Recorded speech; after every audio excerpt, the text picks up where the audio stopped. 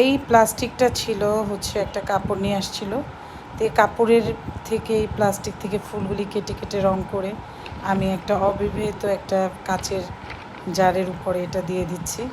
আর দেখতে কি সুন্দর লাগছে দেখেন, কে বুঝবেই না যে এটার মধ্যে কিছু ছিল। তো এখানে আরেকটা পাতা কেটে দিয়ে দিচ্ছি ওই প্লাস্টিকটা থেকে।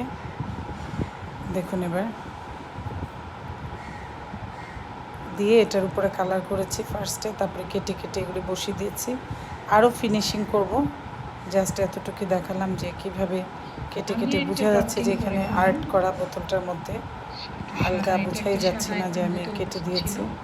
তারপরে এখানে আমার অনেক দিন কাঁচা গাছ ছিল, তো আজকে দুটো ফুল নিয়ে আসছিলাম ডিআইও থেকে। তো এই ফুলগুলি রাখার আসলে কোনো জায়গা খুঁজে পাচ্ছিলাম, কোনো টব ছিল না, কোনো ইয়ে ছিল না, ফুলদানি ছিল না। তো এটাকে ভাবলাম যে তাহলে কি দিব, কোথায় দিব এই ফুলগুলি।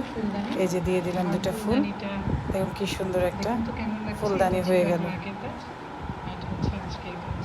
সবাইকে আসসালামু আলাইকুম, শুভ দুপুর।